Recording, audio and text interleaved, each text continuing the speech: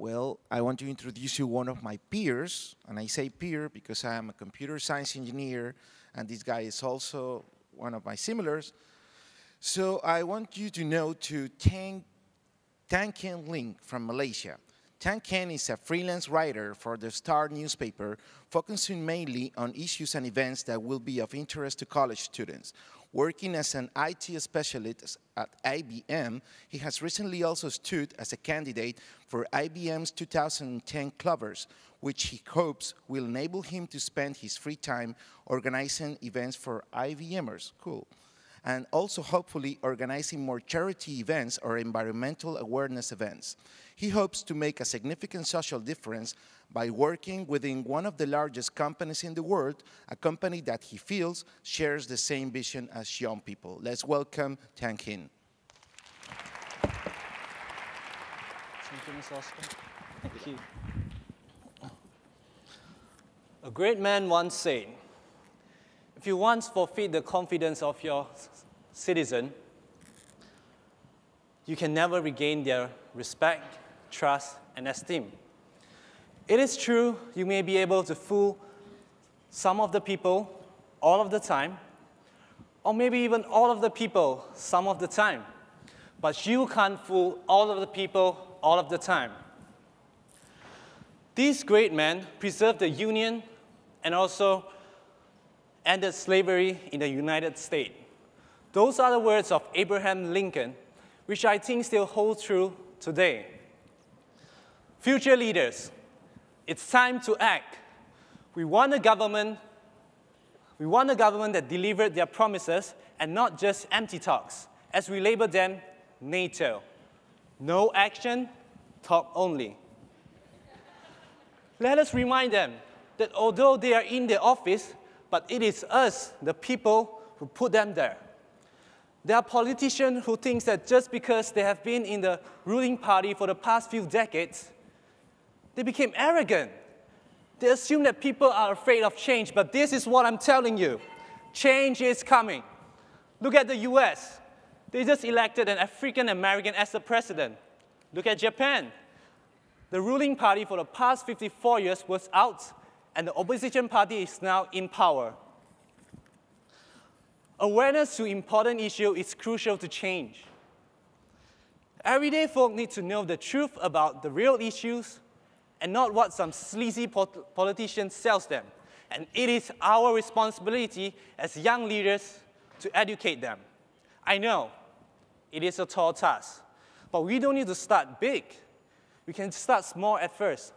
Start by telling your friends, your family from the inner circle, and tell them to spread the word. We must educate the people. Change requires a leap of faith, but if this change is for the better good, then this change is worth taking a risk for.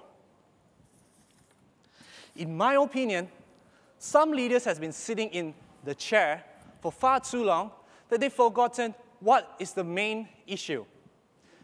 They establish rules or establish policies without even thinking how the common people will feel. You know something is wrong when your government informs you that they are going to reduce the subsidy to the sugar to reduce the obese, that they're going to reduce the subsidy to the petrol because the price went up, but when we are a petroleum exporter, all these price increase. It will increase the price of essential item. I know, it might just be only 10 cents, 20 cents per item, but when all these add up, it's a huge amount, especially to the lower income group. You also know something is wrong somewhere when your state government classify coal as a renewable energy. And why? Why do we need to waste money and compete on who has the tallest building, the best weapon, when you don't even have a proper transportation system or social economy? And like what Mr. Barack Obama said in his book, I'm often reminded that the action of those in power have enormous consequences, a price that they themselves often never have to pay. Policy shapes the country and the world. Thus, think carefully before executing any action. Think of the long-term gains, the mass benefits that you'll bring to the people, and not just short-term gains that benefits only a few. Imagine this. What type of world would you want your children or grandchildren live in the future? Do you want a future where you have to wear face masks, protective suits, just to venture outside, looking at the dying earth, holding your grandchildren, and say, you contributed to the death of this Mother Earth? Or would you like a prosperous, beautiful earth where there's clean air to breathe? We are no longer citizens of just our own country. We are citizens of the world. And any actions that we take affects everyone. Future leaders, or maybe even some future head of states, heed my call when I say, remember this.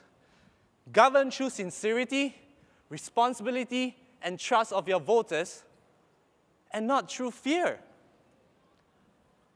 Tolerance, respect, equality, standing up for the disadvantaged, and caring for our environment are issues to be championed for. It's time for our current leader to hear this. Listen to us. We, the young leaders, listen to us when we say we had enough of all the widespread corruption, to protectionism that benefits no one but themselves, and especially to racism. We are all humans. The blood that runs in our vein are the same color. So there shouldn't be a case when a particular group of people are allowed to protest, when another group of people, when they want to do a peaceful protest, are faced with the Internal Security Act or police action.